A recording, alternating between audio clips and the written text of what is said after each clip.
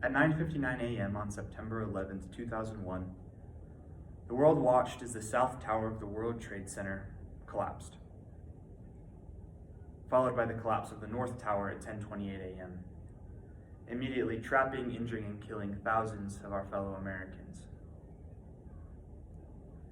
This left children without parents, without grandparents, husbands without wives, wives without husbands, friends without friends, and much more. This traumatic event brought our nation in an instant to its knees.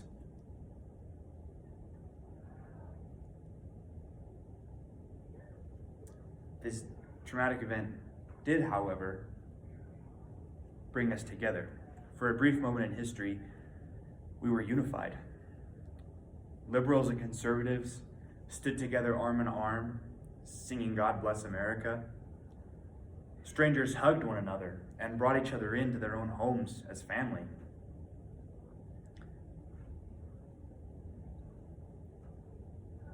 Fast forward 19 years to today, and we have lost so much of that same unifying effort, spirit, and attitude. This year alone, we've faced a lot of racial discrimination,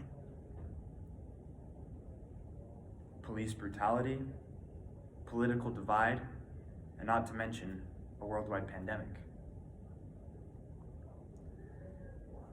But my point today is to not be depressing and talk about these things that are causing division. My point is today to talk about why we need to bring that unity back.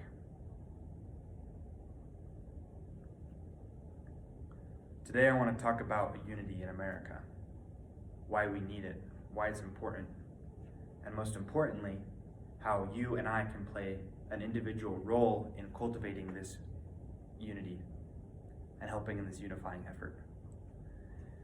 First, I want to talk about two things that are causing some of the separation and division in our country today.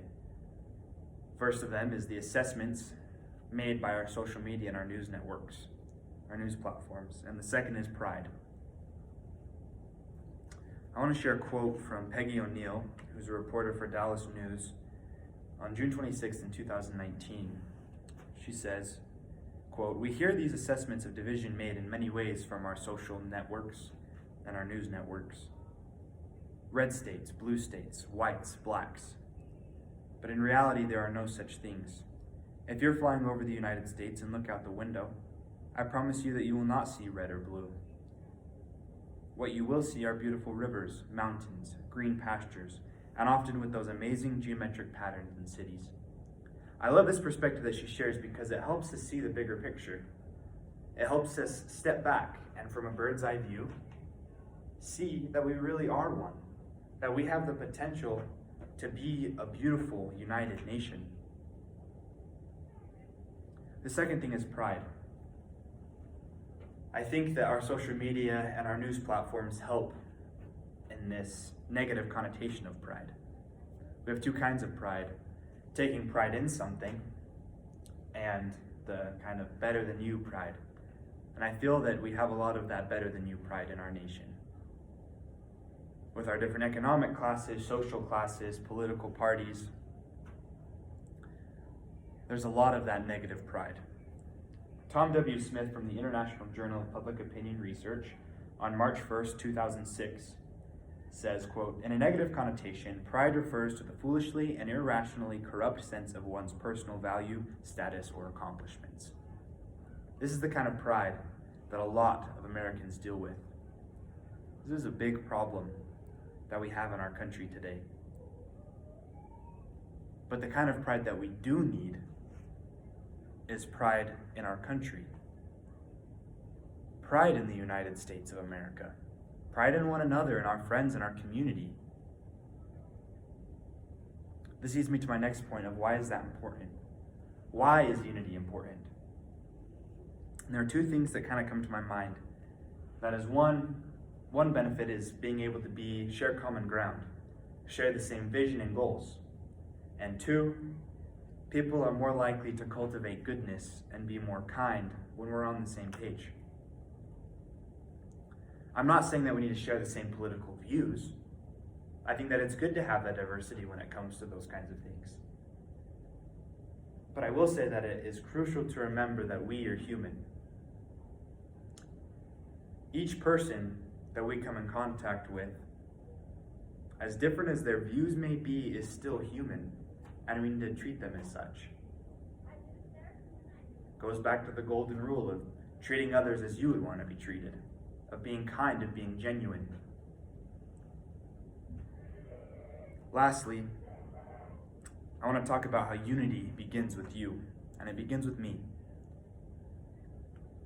There's a quote from Ronald Reagan in his inaugural address on January 20th, 1981. He says, quote, "If we love our country, we should also love our countrymen." It starts with love. It starts with being kind. It starts with opening the door for somebody, for helping somebody with their groceries, for smiling, for being kind, for listening. To conclude, I want to sum up what I've talked about today in just a few words. As citizens in this country, and at such a critical time in our nation's history, our generation has a very critical role to play and a great opportunity to fulfill, to help unite our country. I hope that we'll all be able to go forward today into our own homes, communities, and nation. And even though we're separated by maybe a 6-foot distance and masks, by different state lines, political views, on a host of different topics, remember that we're still one. It's imperative to remember, my friends, that there is no liberal or conservative states of America. There is no red or blue states of America. But there's only one, and that is the United States of America.